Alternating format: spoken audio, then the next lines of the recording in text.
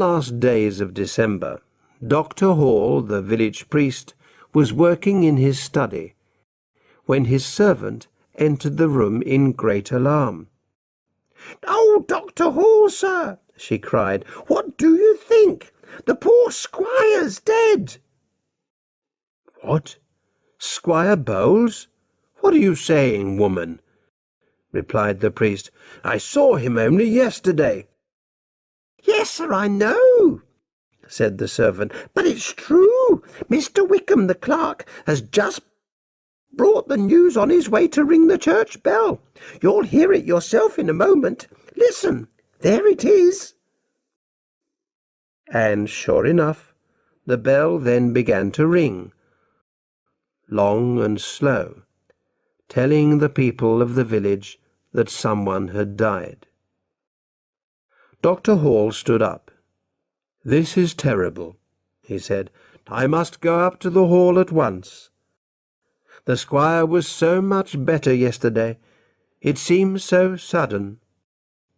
"Yes, sir," agreed the servant. "Mr. Wickham said that the poor squire was taken ill very suddenly with a terrible pain. He died very quickly, and Wickham said that they want him buried quickly too." "Yes, yes. Well, I must ask Mrs. Bowles herself, or Mr. Joseph," said the priest. "Bring me my coat and hat, please. Oh, and tell Mr. Wickham that I would like to see him when he has finished ringing the bell." And he hurried off to the hall. When he returned an hour later, he found the clerk waiting for him. "There's a lot of work for you to do, Wickham," he said, "and not much time to do it." "Yes, sir," said Wickham. "You'll want the family tomb opened, of course." No, not at all," replied Dr. Hall. "The poor squire said before he died that he did not want to be buried in the family tomb. It is to be an earth grave in the churchyard." "Excuse me, sir," said Wickham, very surprised. "Do I understand you right? No tomb, you said, and just an earth grave? The poor squire was too ill to know what he was saying, surely." Yes, Wickham, it seems strange to me, too," said the priest. "But Mr. Joseph tells me that his father, or I should say his stepfather, made his wishes very clear when he was in good health. Clean earth and open air. You know, of course, the squire had some strange ideas, though he never told me of this one. Oh, and there's another thing, Wickham. No coffin." Oh, dear," said Wickham. "There'll be some talk about that. And I know that old Mr. Wright has some lovely wood for the squire's coffin. He's kept it for him for years." "Well," said Dr. Hall, "those are the squire's wishes, so I'm told, so that's what we must do. You must get the grave dug and everything ready by 10 o'clock tomorrow night. Tell Wright that we shall need some lights." "Very well, sir. If those are the orders, I must do my best," said Wickham. "Shall I send the women from the village to prepare the body?" No, Wickham, that was not mentioned," said the priest. "No doubt Mr. Joseph will send for them if he wants them. You have enough work to do without that. Good night, Wickham." He paused. "I was just writing out the year's burials in the church records. I didn't think that I'd have to add Squire Bowles' name to them." The squire's burial took place as planned. All the villagers and a few neighbours were present, and the squire's stepson Joseph walked behind the body as it was carried to the churchyard. In those days nobody expected the squire's wife to come to the burial. The squire had no family except his wife and stepson, and he had left everything to his wife. But what was everything? The land, House, furniture, pictures, and silver were all there, but no money was found.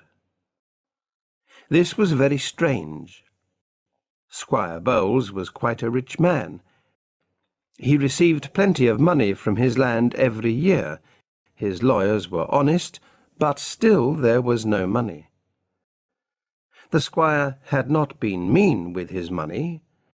His wife had all she needed. He sent Joseph to school and university, and he lived well. But still he earned more money than he spent. Where was it? Mrs. Bowles and her son searched the house and grounds several times, but found no money. They could not understand it. They sat one evening in the library discussing the problem for the 20th time. "You've been through his papers again, Joseph, haven't you?" asked the mother. "Yes, mother, and I found nothing." "What was he writing the day before he died? Do you know? And why was he always writing to Mr. Fowler in Gloucester? You know, he had some strange ideas about what happens to a person's soul when he dies. He was writing to Mr. Fowler about it, but he didn't finish the letter. Here, I'll read it to you." He fetched some papers from the squire's writing table and began to read. "My dear friend, you will be interested to hear about my latest studies, though I am not sure how accurate they are. One writer says that for a time after death, a man's soul stays close to the places he knew during life, so close, in fact, that he can be called to speak to the living. Indeed, he must come if he is called with the right words. And these words are given in an experiment in Dr. Moore's book, which I have copied out for you. But when the soul has come and has opened its mouth to speak, the caller may see and hear more than he wishes, which is usually to know where the dead man has hidden his money." Joseph stopped reading, and there was silence for a moment. Then his mother said, "There was no more than that?" "No, mother, nothing." "And have you met this Mr. Fowler?" "Yes, he came to speak once or twice at Oxford."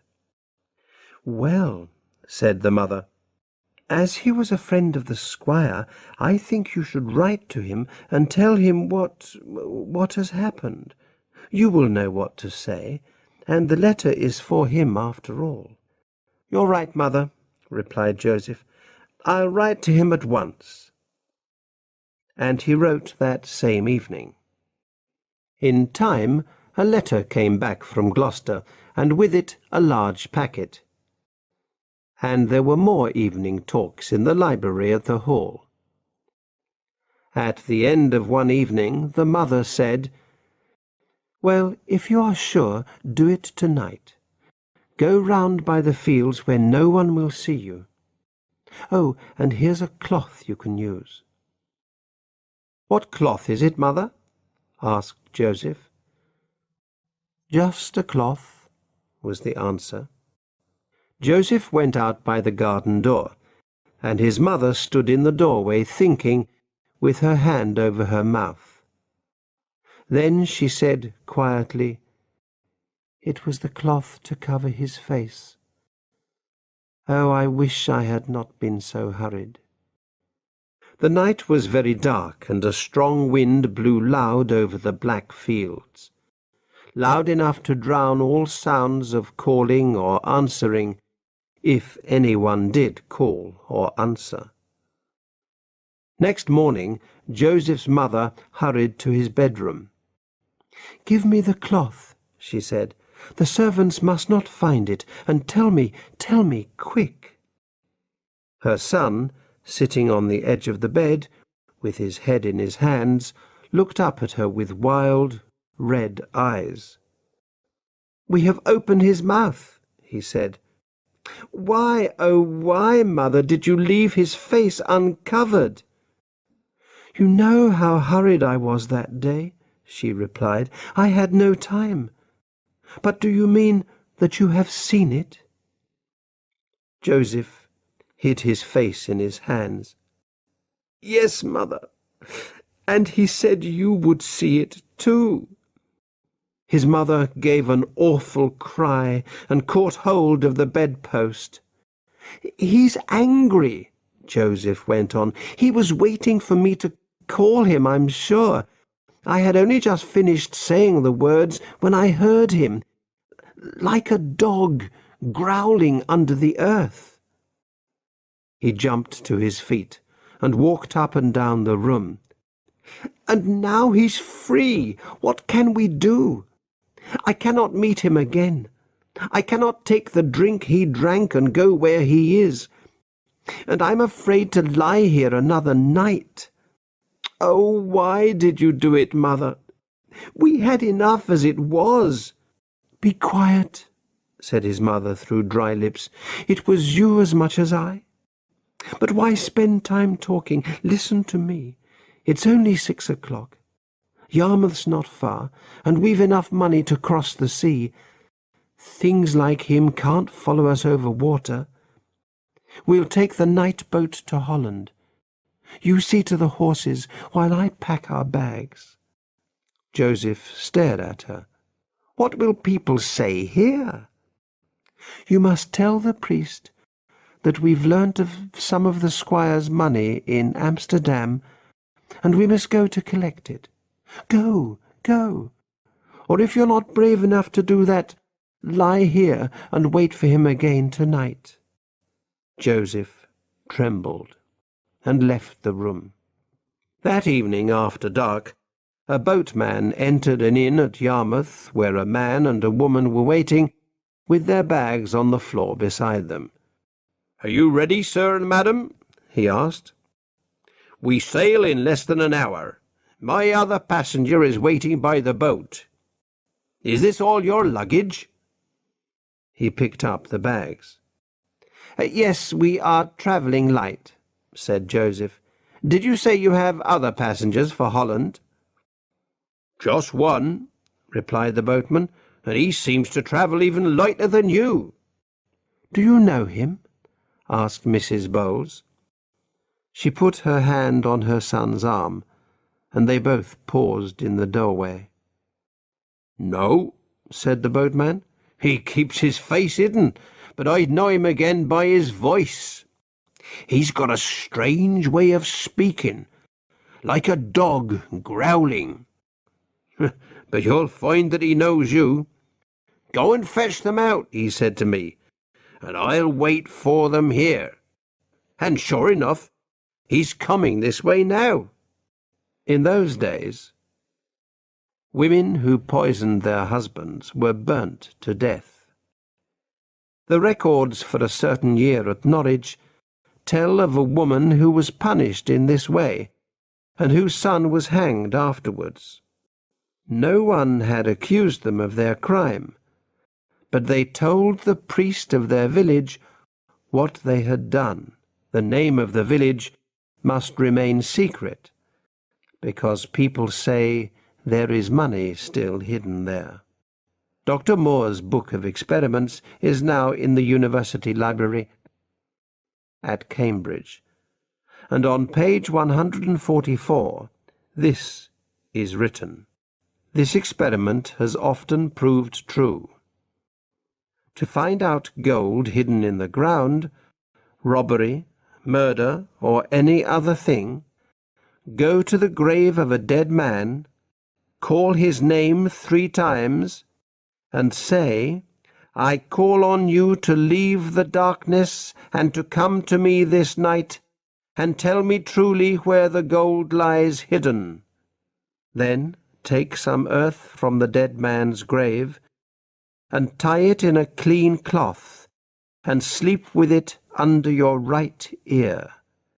And wherever you lie or sleep, that night he will come and tell you truly, waking or sleeping."